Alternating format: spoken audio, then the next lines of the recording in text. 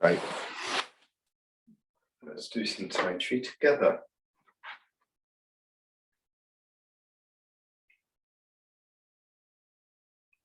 Whenever we start, draw your mind quieter. Draw your mind onto the sensations inside the body. Draw your mind away from the external distractions, from the external senses, more onto what takes place inside the body.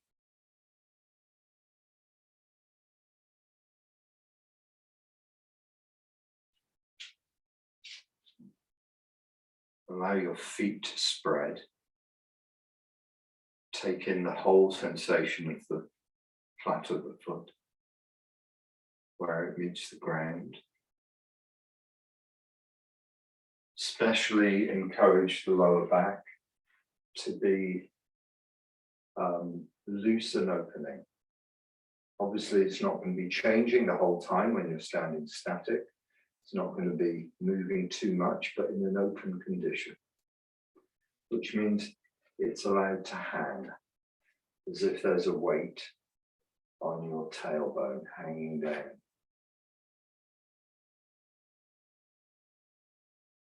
Counteract any sense of collapse by pushing up the sternum,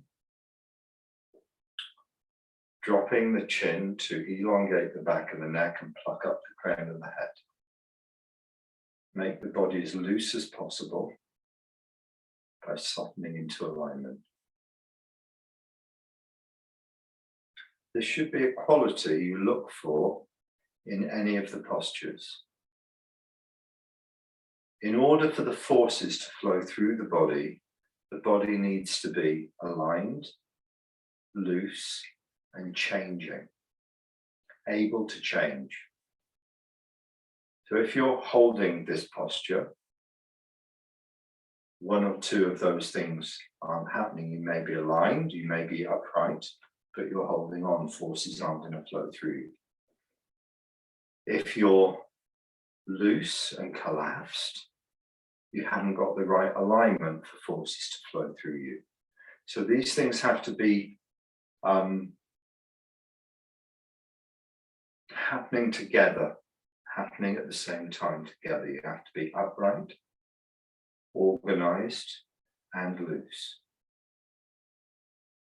And what enables that to happen is dropping the mind into a deeper place. When you drop the mind into the sensations in the body, you can start to organize upright, loose, connected, accurate, and changing. But from a thinking about it, you may only get one of those right. You may only get upright, or you may only get loose, or you may only get accurate. But from the inside, when the posture comes from the inside, many of those layers can coexist. And when you come into a posture, brush left knee twist up, for instance, if we take brush left knee twist up, we want exactly the same quality. We want the quality of the foot spreading, the knees aligned with the feet, the hips seated, the lower back opening, dropping the tail, the base settled. Make sure you're not too low. If you're too low, you'll feel your ankles tightening. Make sure as you settle into a posture, your ankles don't tighten. It's one of the first places that blocks.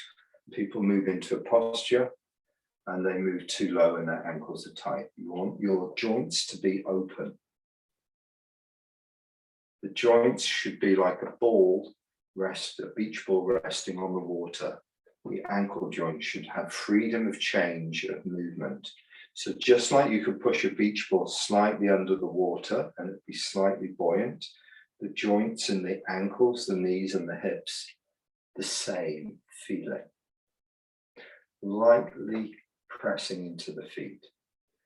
Body upright, upright in the chest, upright in the back of the neck, connected by loosening off. Dropping the shoulder, connecting the shoulder to put the elbow in position, not putting the hand in position. Don't worry about the hand, think about the shoulder, because if the shoulder is in place, if the shoulder is soft and in place, that will put the elbow in position. And when the elbow is in position, the hand is right. But if you put the hand in position without elbow and shoulder, you can be quite easily disconnected. So build the posture from the ground, the base, loose, the sternum, upright, the back of the neck, upright, crown of the head, lightly pushed upwards and then soften off. Bring the mind in, soften the body and settle. Too much settling might tighten the ankles, so come up a bit and just keep playing with it until you get the right comfortable feel. Drop the shoulder to put the hand in place, drop the opposite shoulder to put the thumb on the crease of the trousers. One span from the body to the left elbow, one fist distance to the elbow, one span to the right elbow, shoulders.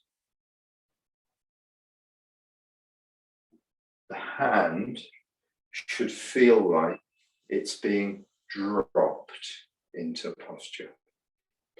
As the base sinks, as the shoulder follows and drops, it's as if the hand is landing, not by the hand going into place, but by the whole body landing. This is a feeling you want of the hand landing on something, just landing on something like and it doesn't land by the hand dropping, it lands by the whole body dropping. So the way your hand arrives in the posture is because of what the knees, because of what the lower back, the shoulder blades drop, the shoulder drops, elbow, hand arrives. And that hand arrives at the same time as the body connects. The hand arrives and finishes arriving at the same time as the base finishes arriving. Everything comes together at the same time. So brush left knee twist step. If we go from white crane spread wings, you've got your crown of your head over your foot. You have the alignment like the hinges of a door, one above the other. The body's very loose, so the body can turn like a weather vane.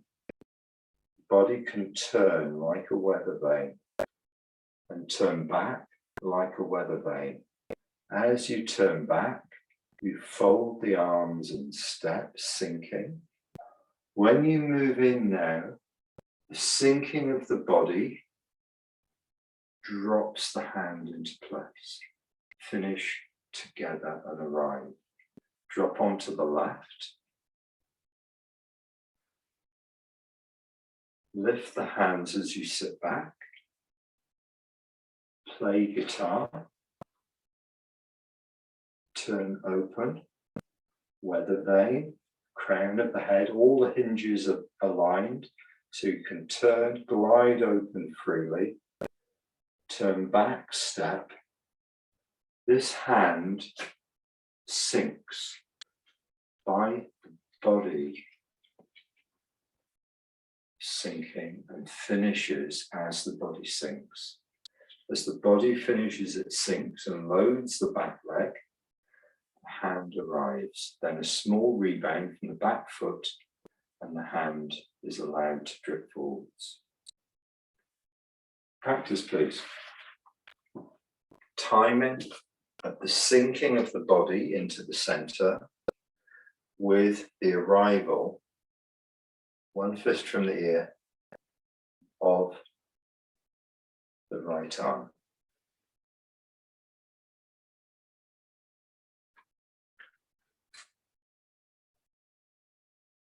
Connected. To tighten the ankles, and you're holding your posture, or you've dropped down too far. Dropping in such a way that something fluid is passing through the body.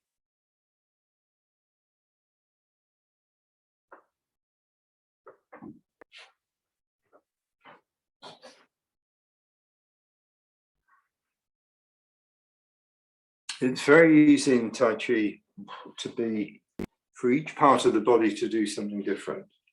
What we want to try and do is get everything to arrive at the same time together. That's called coordination. Okay, when everything arrives together, it's called coordination. And it's what I teach when I teach the beginners class. I teach coordination. The intermediate class, we're talking about things being synchronized. Synchronized means on top of coordination. The reason the shoulder drops is because the shoulder blades can sync. To drop the top of the shoulder blades need to melt down the back. There needs to be space for the shoulder blades to move. That comes from opening the lower back. When the lower back opens, when the lower back sinks and opens, it creates space in the middle back for the shoulder blades to drop, followed by the top of the shoulder, the elbow and the wrist. You start to get synchronization. And the synchronization of the lower back, guess what? Comes from the knees bending and the hips seating. So we practice in a way that brings the principles of movement into the form postures. First, we learn the postures, we learn the accuracy of the postures, and then we try and make them come alive with the principles. And it's the principles that make them come alive. Otherwise, it's just getting the form with the right timing of the form. If anyone's got any questions or thoughts on any of this, you please unmute as we go through it. Try and get that hand to feel like it's landing and sinking. So it's less that you're putting your hand in place, and it's more that you're allowing it to drop through a very dense liquid. Okay, it's like your hand is dropping through a very dense liquid into place. Yeah, more like, I'm trying to think what a thick liquid would be. Honey might be too thick. Maybe oil or something rather than water. Dropping in at the same time as your body arrives.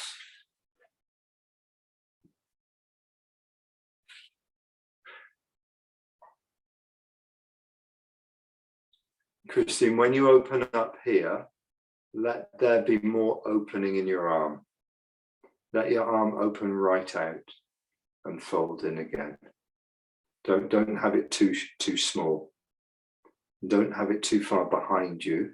Just find that place where the arm opens out and folds back. So the joints are really loose the whole time. Yeah.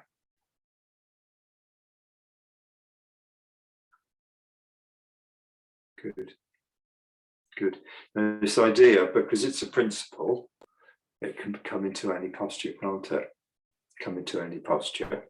The way we put our hands into position, led by the base, we can look at as any posture. All we have to do is have the questioning mind to ask ourselves the right question.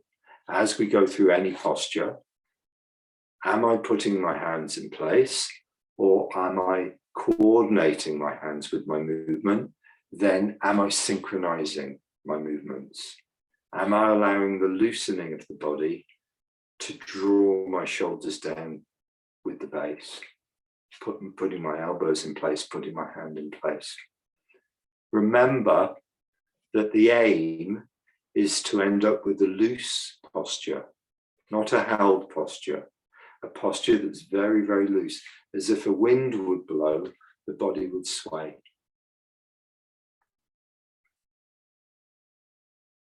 Good, good. Okay.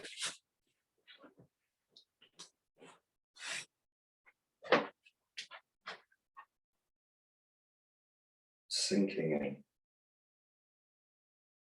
That sinking into the posture finishes in the base at the same time as the shoulder, at the same time as the wrist touching it. Sinking in, sinking in. Once we arrive in the connected position, there's a very small rebound. The rebound comes from being 55 weight in the back leg and allowing the whole body to press onto the ground and out through the wrist. When that rebound comes from the back leg expands, the upper body softens and sinks. So it's like the back leg is going to push very lightly, but don't push the upper body. Let the upper body stay in place. So think of the upper body like a beach ball riding a wave. It stays in contact with the water. It doesn't lift off the water. So when the back leg expands, the upper body doesn't lift off. The upper body stays seated, and the force travels through it, not pushes the upper body. We don't want the upper body to come up. We want the upper body to stay sunk, so the force can pass through. We don't want the force of the back leg to be generated into movement. I'll say that again, it's really important. We don't want the rebound from the back leg to lift the upper body, and we don't want the rebound from the back leg to be translated into movement. We want it to be translated into force that flows through the body. For force to flow through a body, the body needs to behave like a wave. Wave means every part of the body changes and comes back to equilibrium. So your upper body stays connected and loose. Every joint in your body is going to change, and the force is going to come through to the hand, not the movement. Don't think about pushing the hand out, or you will automatically tighten the muscles. Think about connecting the body onto the back leg and expand the back leg just a little bit. See what happens. So the practice for that, up against the wall. We did it last week. Up against a wall, in your bow stance, with your back of your wrists, back of your fingers against the wall, back of the fingers against the wall, touching the wall.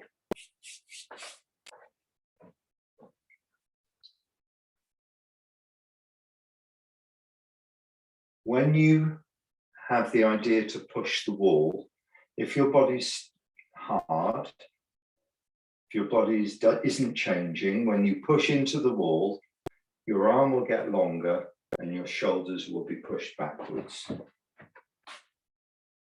Your arms will get longer and it will push your shoulders backwards. And eventually you'll either lose your alignment, lose your balance, or lose your something, but you'll push yourself away from the wall. When we have the idea to push the wall, instead of increasing the pressure in the wall, adjust your shoulders. As you imagine pushing 1 ounce of pressure into the wall, don't let that pressure build on the back of the knuckles. Keep that pressure on the back of the knuckles exactly the same. And instead of pushing your shoulder backwards, let your shoulder adjust and keep the pressure on the wall the same, but take the force downwards. Try and do it over 3 or 4 seconds. First of all, just starting with 1 ounce of pressure. Do that 3 times. The pressure of your fingers, back of the fingers against the wall stays exactly the same, but you have the idea to push 1 ounce of pressure into the wall. But instead of it pushing you away, you change your shoulders by opening your lower back and you draw the force downwards. Okay, if anyone's got any questions, please ask. But now, increase it to 2 ounces of pressure that you're trying to push into the wall. Okay, imagine over 3 seconds, you're increasing the pressure in the hands from nothing to 2 ounces, but you're not going to let those 2 ounces of pressure land on the wall. You're instead going to change the joints of the body to soften, to take that 2 ounces of pressure into the body. The knees bend a little bit, the lower back opens, the shoulders drop. And that force comes back into you. Then increase to 4 ounces of pressure.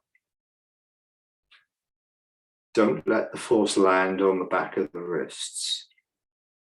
Change the lower back, change the shoulders. Keep pushing into the wall, but don't let the force increase. Keep the force the same on the wall. Until you build up to your maximum, but make sure it's a really slow, very thin incremental push. Don't start strong. Start very, very soft. Build it up, build it up, build it up, build it up, as if you're pushing with your maximum push, but instead of the wall receiving the force, your body is receiving the force.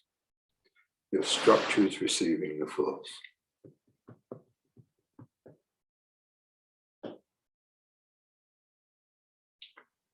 Okay, when you get to your maximum, you can't sink anymore. If you push any more into the wall now, the wall, it increases the pressure to your back of your wrists. Get to your maximum, then push the back foot into the ground to create the rebound. And what will happen then is it'll push you, the force will increase in your hands and it will push you backwards. Yeah. Or the force from the back foot will push you out of alignment. Or the force from the back foot will tighten your body. You have to work it out so the force from your back foot comes straight through to your hands. But first sink. Get to your maximum sinking that you can find, and then use the back foot to push yourself off the wall. This is really good training for Taiji because we're training the alignment of forces, not the alignment of posture. Well, it's posture as well, but it's alignment of forces.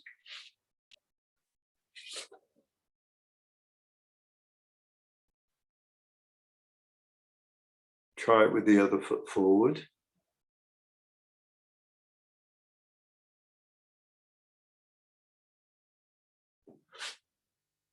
Great thing about this, of course, is that everywhere there's a wall. Wherever we go, there's a spare wall to train with. You know, you could try this maybe 10 times a day. You could just do 30 seconds and your postures will shift. Your understanding of the postures will shift. Okay, good. Thank you. Let's regather. What would it be like if we did it in the form? Okay, we did this in the form and we went into the push posture, say. up foot forward, sinking into the center. So I've done press, sit back, coordinate the sinking, coordinate the lower back dropping, coordinate the shoulders dropping, drop the elbows, arrive. That is my push into the wall.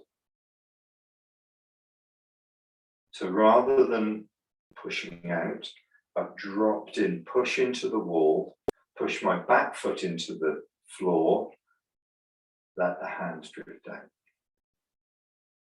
I need to be fully connected, plugged in to my connection and sunk before the rebound takes place.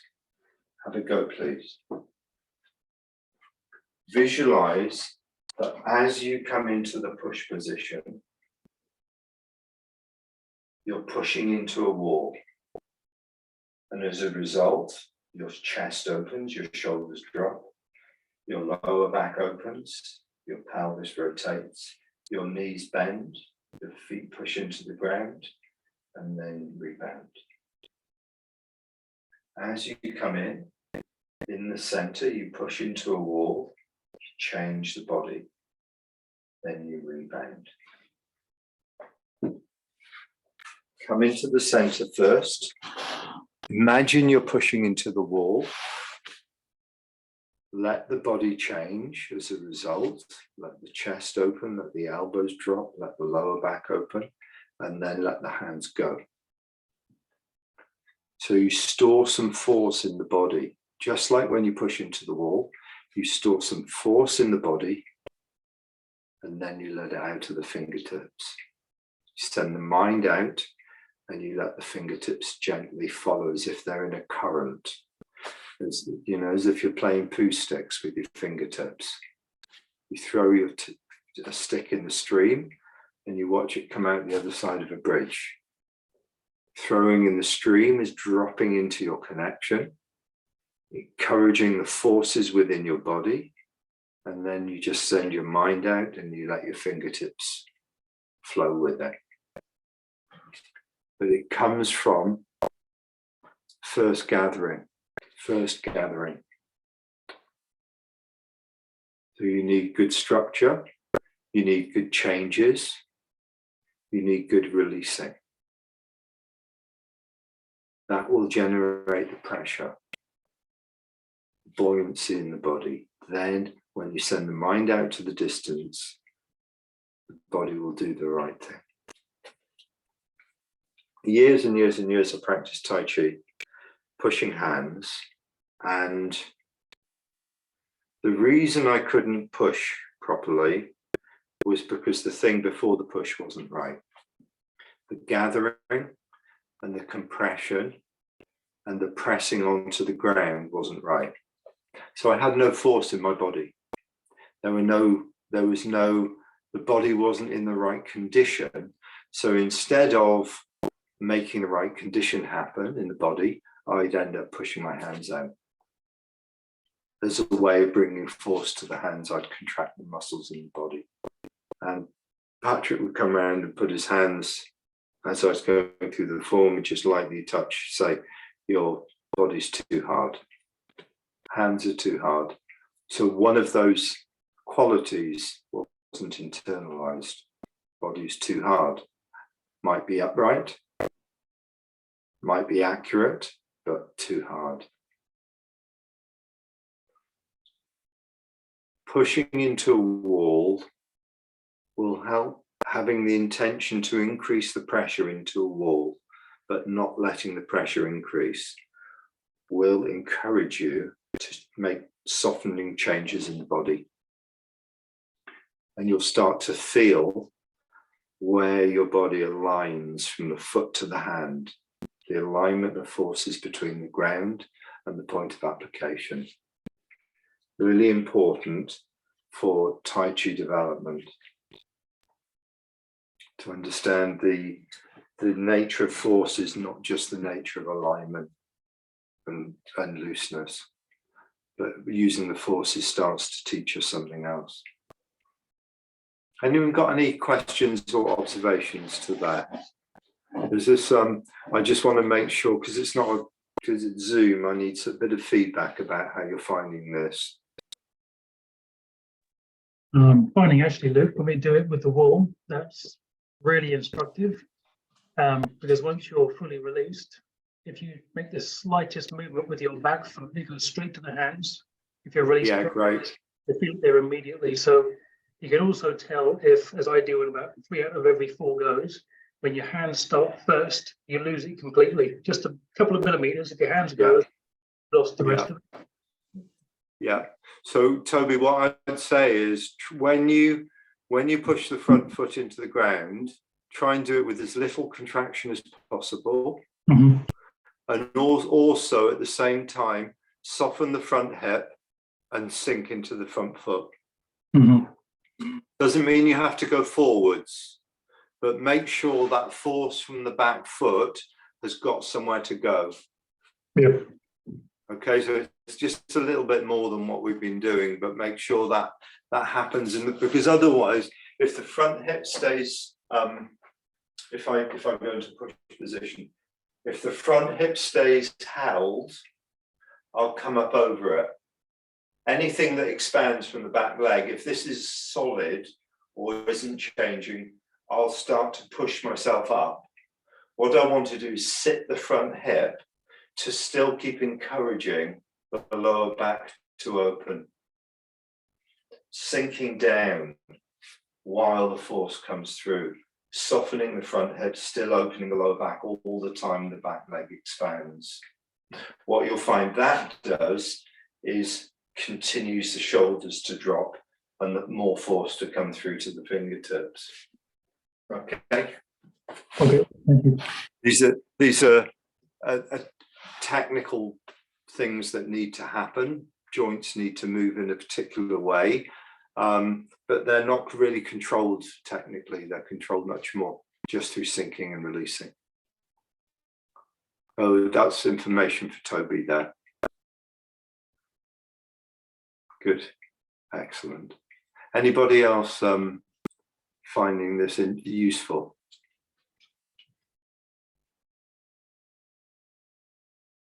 Yeah, good, thumbs up, excellent, great. Yeah, thumbs up from Jim too, thank you. Good, so this is true for nearly all postures of the form that we rebound in. Nearly all the postures that are bow stance, there's a rebound that comes from the posture. So before the rebound, we have to be connected. We have to know what connection is. We have to practice in a way that's exactly like our standing posture.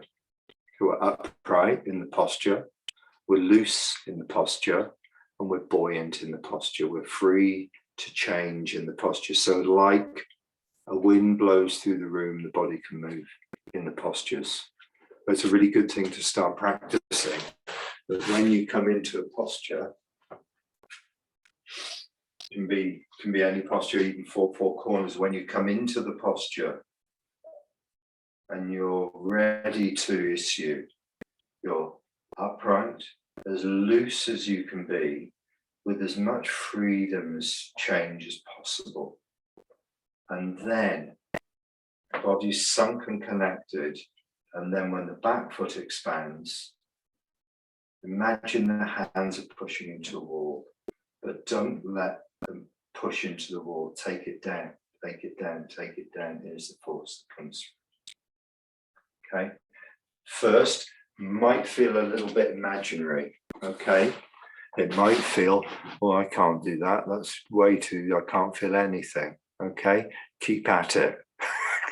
my advice from all my Tai Chi training, whenever I've come across something my teachers told me to do, and it's like scratch my head and go, oh God, I can't feel anything, keep at it. Those are the things that for me in my practice have been important, especially when I can't feel it. Don't give up and don't go, I can't find it. Just think, at the moment I can't find it. That's okay. One day I'll be able to feel it.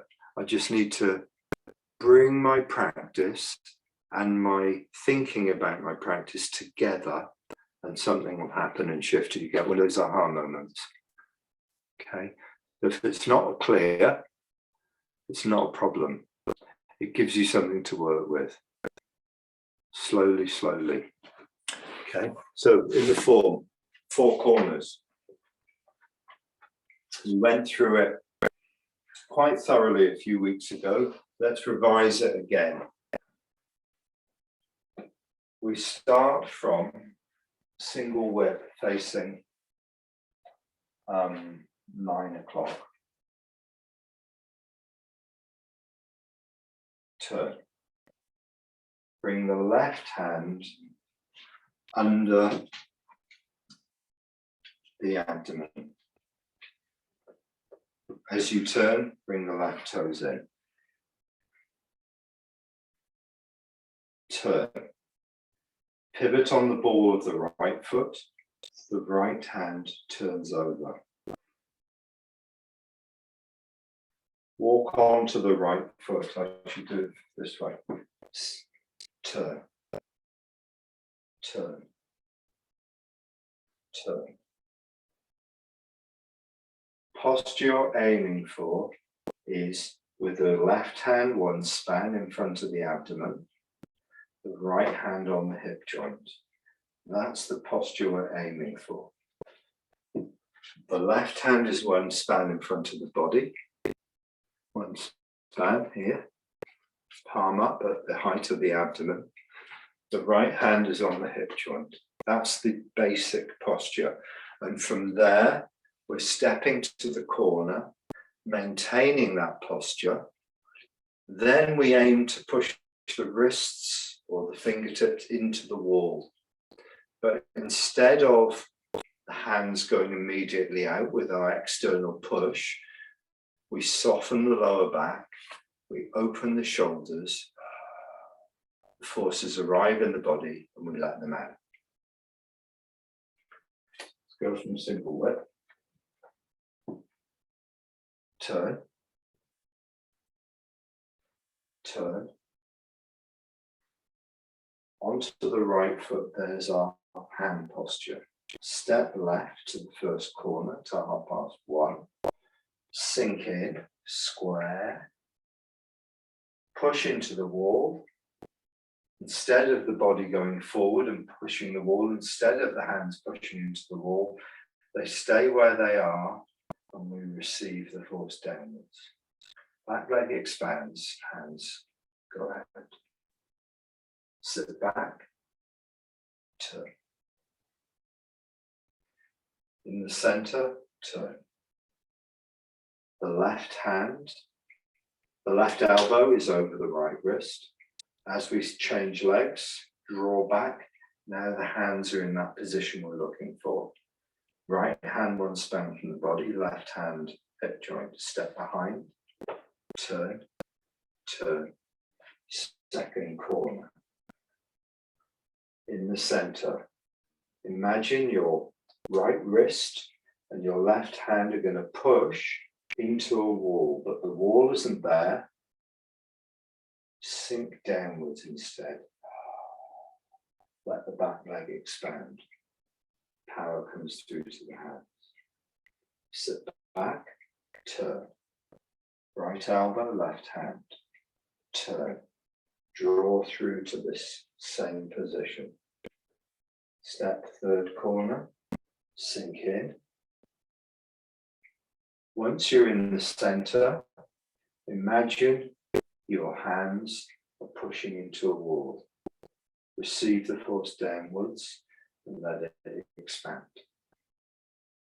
Sit back. When you're in the center, turn. Turn. Fourth corner, the hands are in the right position. Don't just let them drift up. Come into the right position, internal releasing. Body becomes very loose, pressed onto the ground and expands.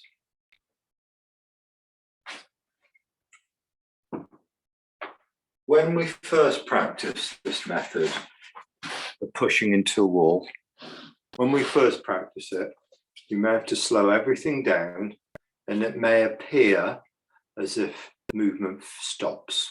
It may appear for a moment as if you get into the center and movement stops.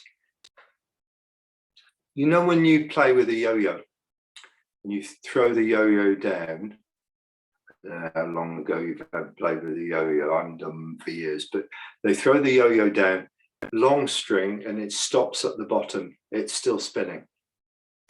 The motor is still going, but it looks still. A quick flick and it comes back up.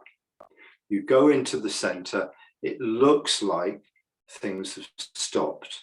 When Chenman Ching issued his force, the students say that for a small, not microsecond, they say about half a second before his force arrived, he'd almost go to sleep. He'd come into the center, he'd settle down, he'd go very quiet and very deep and very still. And out of that stillness, this massive force would come. Can't say the form stopped at that point. It just changed to an internalized quality. It just changed from external movement into internal changes. It may have looked from the outside that the yo-yo stops at the bottom, but it doesn't stop. It just goes into a different modus operandi. And when we come into the center, our physical movement, whichever posture it is, might look like we stop. When we practice, it might feel like we come into the center, then we have to push our hands into the wall. At that point, we're feeling what our shoulders have to do to take the force down.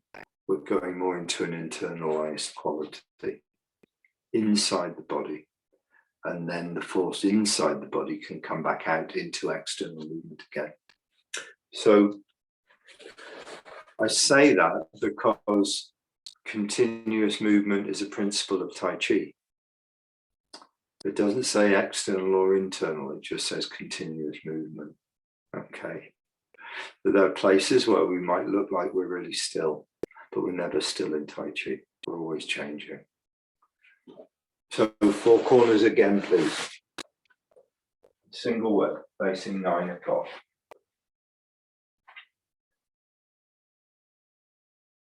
Turn.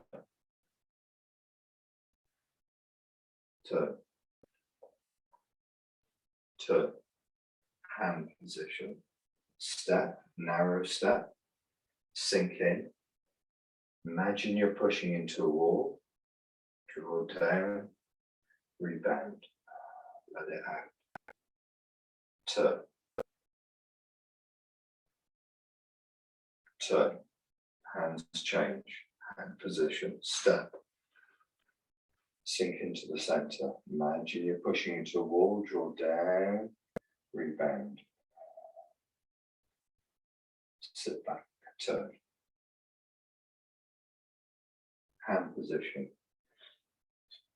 Step into the center. Imagine you're pushing into a wall. Draw down and through. Turn. Hands change as you change feet. Hand position. Step into the center as if you're pushing into a wall and through.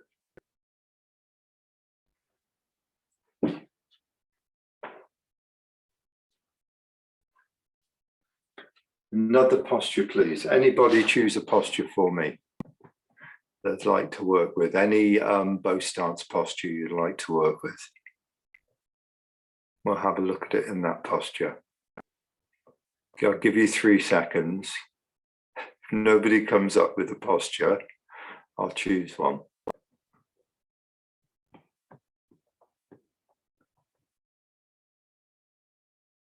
Toby's got one.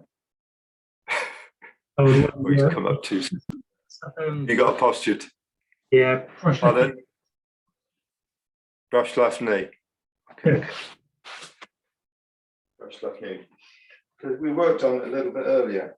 Brush left knee. Remember, we are arriving in a connected position.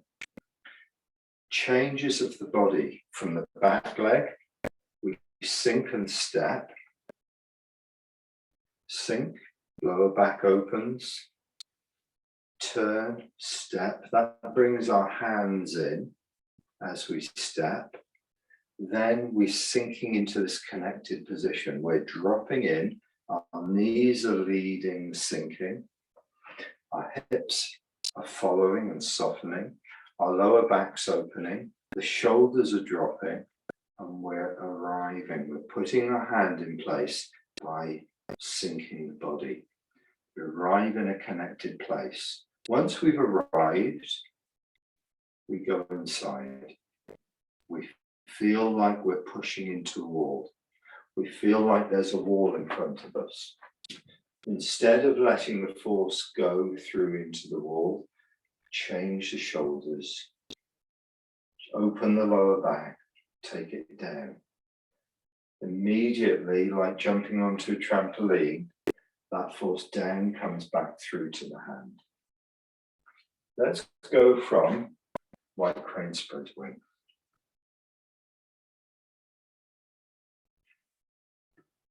Your crown of your head is over your foot, so you've got your hinges in line. Your body's very loose and it moves from your center of gravity turning. Once your hands are level, your hips turn.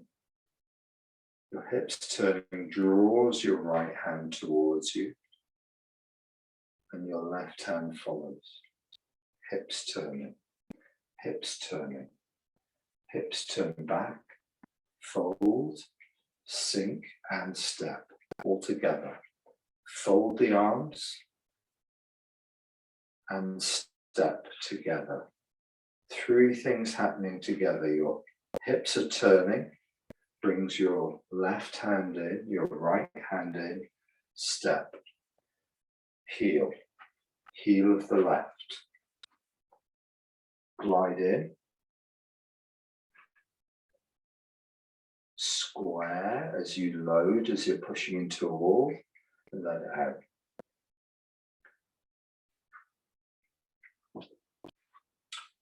When you let the force out, send your mind out. Soften your front hip, send your mind out. Let your hand float forwards with the mind, as if there's a river going out to the distance, as if that river and your hand resting like a log on the river is drawn out. Brush left knee comes from white crown spread wing. Drop the right, lift the left. When the hands are level, turn your body like a weather vane. Turn back like a weather vane. The wind's coming from behind. Turn back. Fold, step. Sink in. When you sink in, you're not quite square. Go to push into a wall and square. Load, like bouncing on a trampoline. And your back leg is pressurized. Release. Let your mind go to the distance like a river. Your hand is drawn on it. Drop onto the left foot. Play guitar. Make sure your crown of your head is over your foot so your body can be very, very loose and released. Turn the waist like a weather vane. The hands follow. Turn back. Step. Glide in. When you arrive in the center, you're at a slight angle. You're not facing square true to the front foot. You're at a slight angle. Imagine you're pushing into a wall, square. Rebound as the mind goes out. Okay. Practice a few times yourself, please. From white crane spread wings.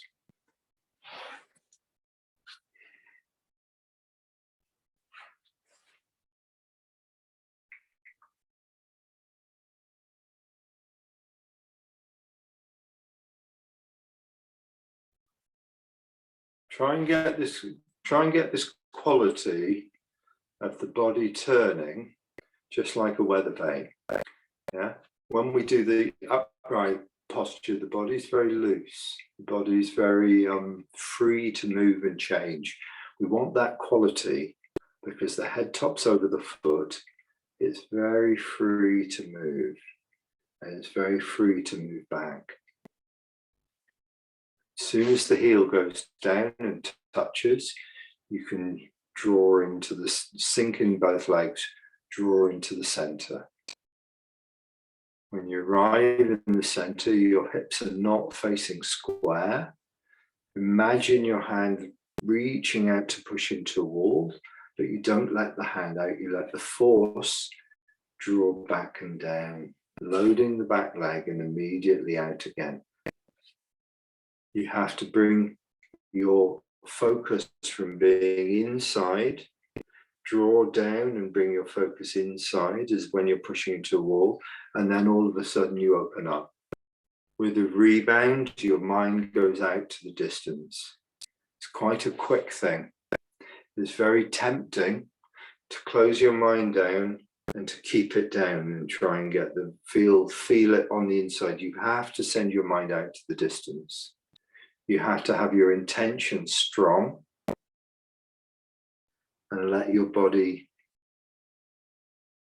come from an internalized place. Let your movement come from an internalized place. But don't keep your mind quiet and still while you're trying to issue. Open your eyes, send your mind to the distance, and let the spring in your body travel through to your hand. Have to let your mind out to the distance. We train it by saying to the distance. The moment you feel your back leg compressing, start to send your mind out.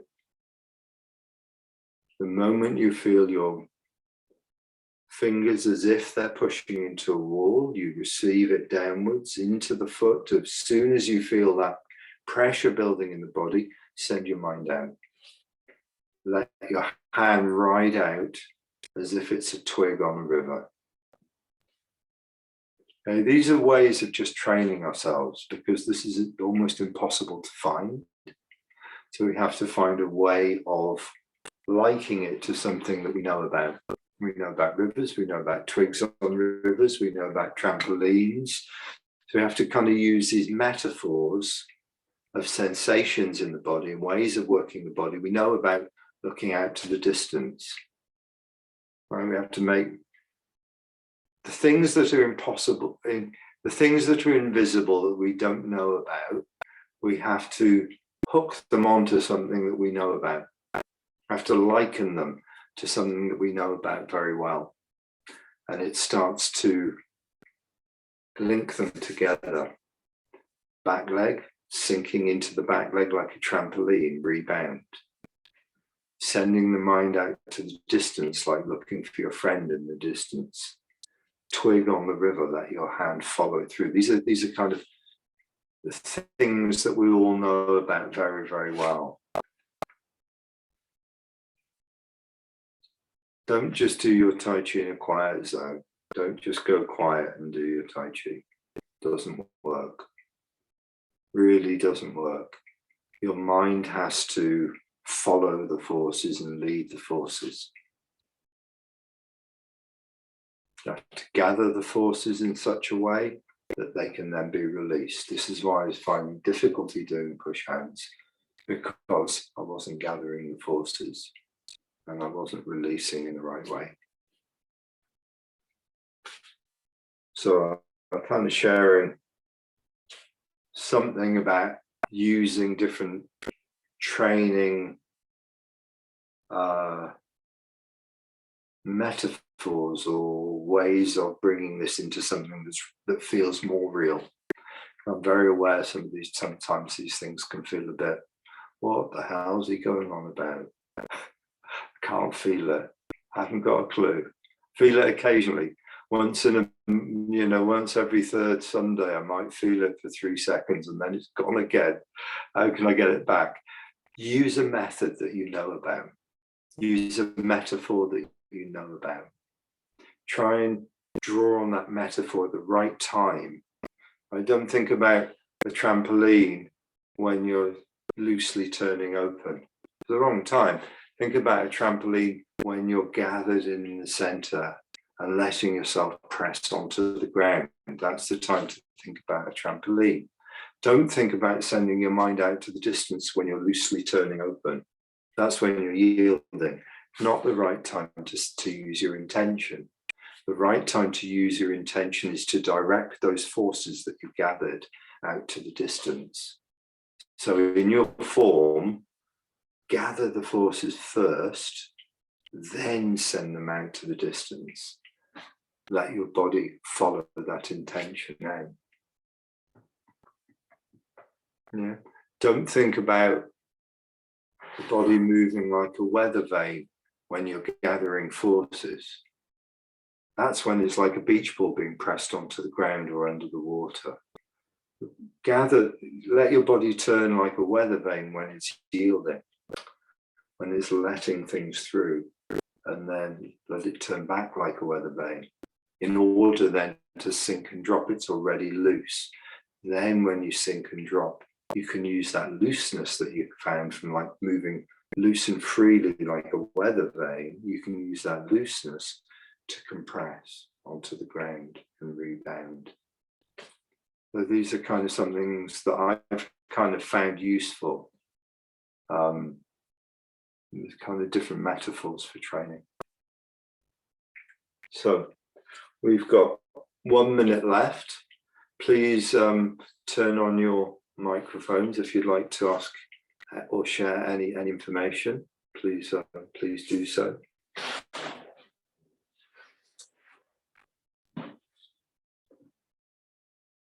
I've witted on long enough.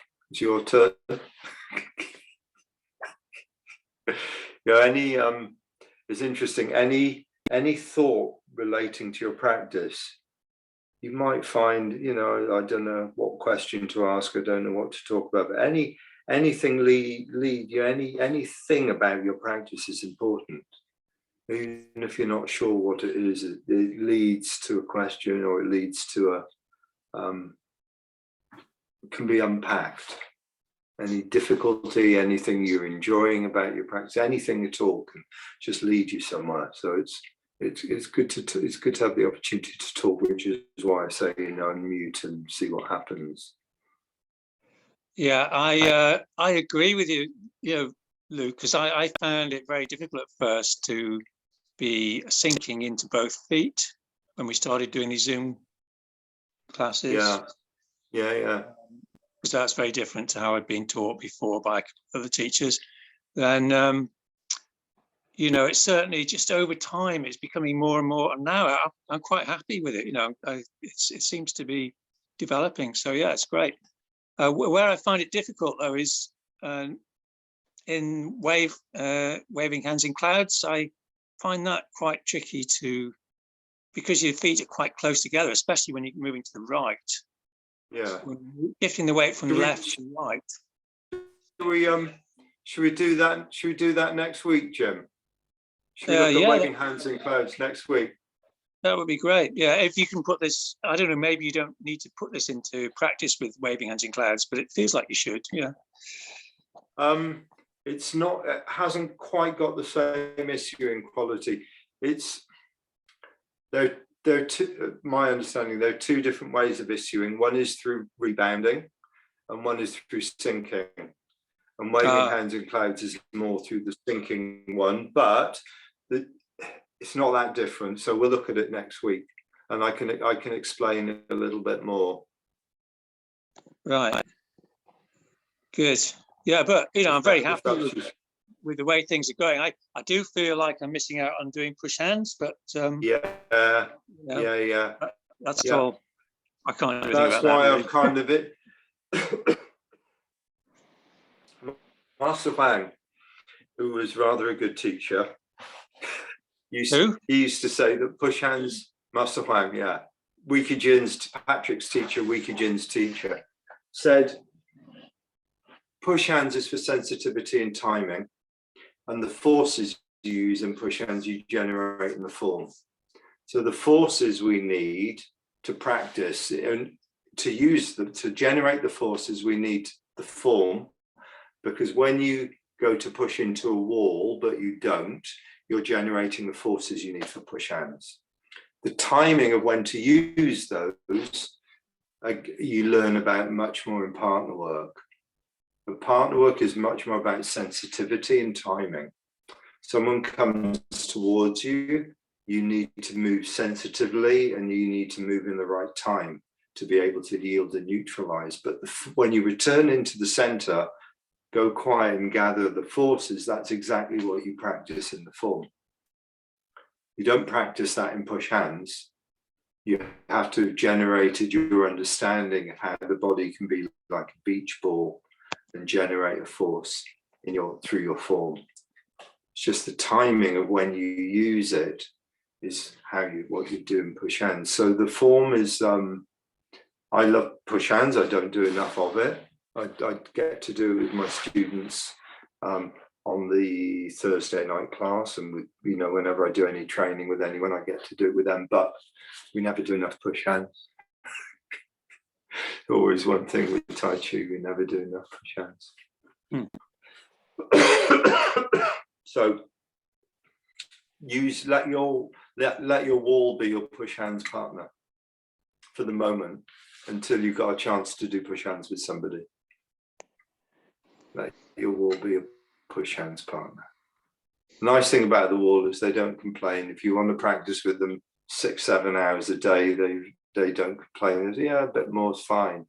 Your legs might get tired, but the wall's never going to get tired. Be up for practicing any time of day or night. Good. Okay. I will send you the recording tomorrow. And if there's anything you want to look at beyond or as well as waving hands like clouds, we'll do that next week. Thanks very much. Have a good week. Enjoy the weather. Thank you. Yeah, thanks. Bye. Bye.